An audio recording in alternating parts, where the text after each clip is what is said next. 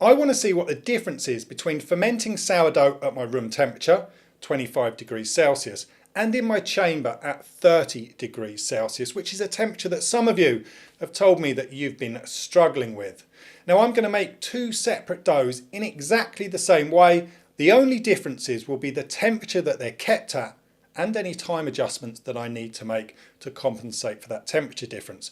I want to see the difference in the fermentation times and the way that the dough handles. And the ultimate goal is to try to produce two very similar loaves. So if you're working at those higher temperatures, I hope this helps you out.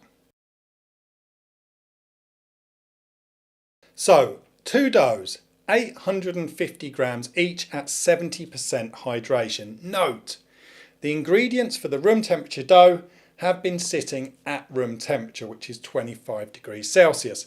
And the ingredients for the 30 degree dough, the 30 Celsius dough, have been kept in the proofing chamber at 30 degrees. That ensures that both doughs are going to be mixed to the correct temperatures. So in goes 295 grams of water and 102 grams of starter. That's followed by a quick stir. In goes 444 grams of strong white bread flour. This has got a protein content of 13%. 10 grams of sea salt gets sprinkled on the top. Everything is mixed together with a spoon, and then I get my hand involved just to bring everything together into a rough dough. I want to make sure there are no dry pockets or spots of flour. Both are covered. One will sit at room temperature and the other will sit in my proofing chamber at 30 degrees Celsius. And that is where they will stay whenever I'm not working with them. Now, after 15 minutes, both doughs get a 1 minute knead just to make sure everything is well mixed. I'm going to remove 100 grams of dough from each batch to use as a control piece. I'll pop it into a jar, mark the outside with a marker, and now I can see how much that dough increases in size. And I want to see an increase of 75% in both doughs during the fermentation. I only use this control dough method if I'm experimenting. I never ever do this when I bake normally, and there are some good reasons why. I'm not going to bang on about why in this video, but if you want to know more about my tricky kind of relationship with this method, you can read the blog, which I'll link to down in the video description. Now both doughs are shaped. I'm going to place them back into their bowls. I'm going to cover them, and they're both going to sit back at their respective temperatures. Right, so 30 minutes after the kneading, they're going to get their first stretch or lamination. No difference in smell, and there doesn't appear to be any difference in the dough until I stretch them. That 30 Celsius dough is more like a 75% hydration. It's stickier and it tears really easily compared to that room temperature dough. So they'll go back into their bowls, get covered and sit again for 30 minutes. So now we'll do this second set of laminating. And now that dough's had a little bit of time to build some strength, I can actually feel the difference in the extensibility. The 30 Celsius dough stretches a lot easier. It really does feel like it's a higher hydration. So both doughs get shaped again, placed back into their bowls, and they're going to sit covered at their respective temperatures until their control doughs have increased by 75% of their original volume. Right, so I started that room temperature dough first this morning, so that's the one that's up first to shape. It's easy to handle, it's not sticky, nicely fermented and holds its volume. Now this took 6.5 hours to ferment, and after a quick bath in rice flour, it's going to go into its basket. This is the 30 Celsius dough.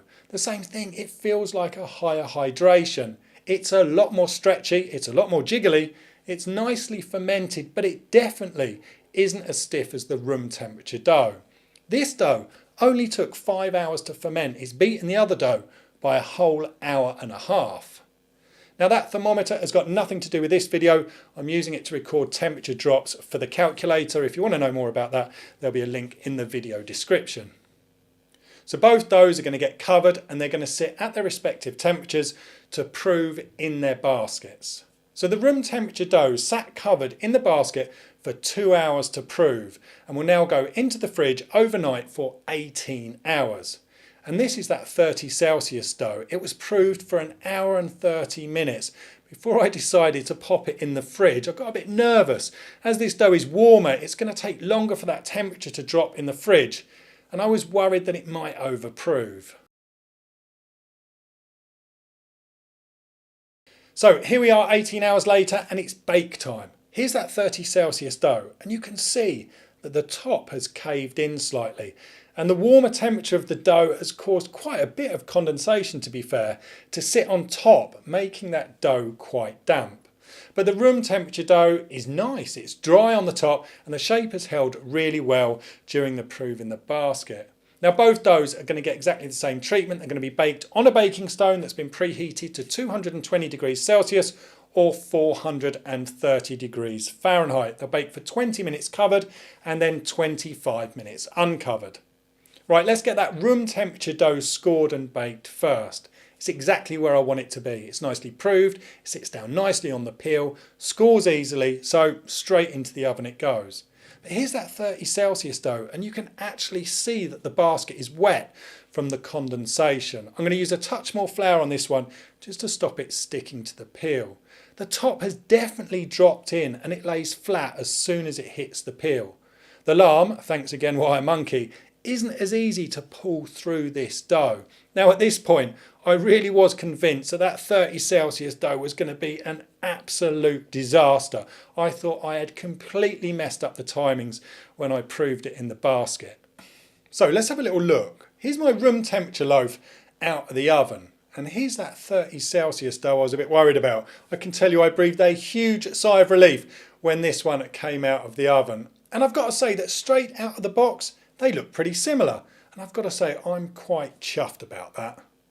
The room temperature loaf is plump, sprung nicely, produced a nice ear and baked kind of to my liking all the way around. A couple of oversized pockets on the crumb, but on the whole, a really well baked loaf. Pretty chuffed with that. That 30 Celsius loaf isn't quite as plump, but I kind of like that lower profile.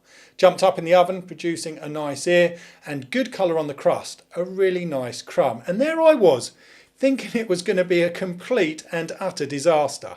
So what did I kind of learn from all of this? Well, even if you follow exactly the same recipe and use exactly the same ingredients, but work at different temperatures, your dough will probably handle differently. Now the real surprise for me was how that 30-degree dough felt like it was a 75% hydration.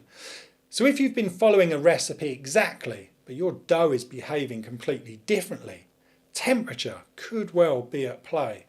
Don't be afraid of dialing down the hydration slightly. The dough is going to ferment a lot quicker at warmer temperatures. We probably all know that, so just keep an eye on it. Be prepared to reduce the time if needed. That 30-degree dough bulk fermented a whole hour and a half quicker and went half an hour quicker during the proving stage. And at higher temperatures, the dough's got more chance of overproofing in the fridge. Remember that one, because it takes a lot longer for the dough temperature to drop. So if it's warm, consider cutting the proving time at ambient temperature right back or putting the dough directly in the fridge after shaping. Now I want to know what you've experienced if you've been working at hotter temperatures or warmer temperatures, and what you thought about the differences between these doughs and the final loaves. Now that scoring video will be coming soon, but I'm going to take a couple of weeks off of testing and experimenting, so maybe a recipe next week. Hang tight, see what else I learned by watching this video here. A huge thank you for watching. See you again very soon. Stay tuned.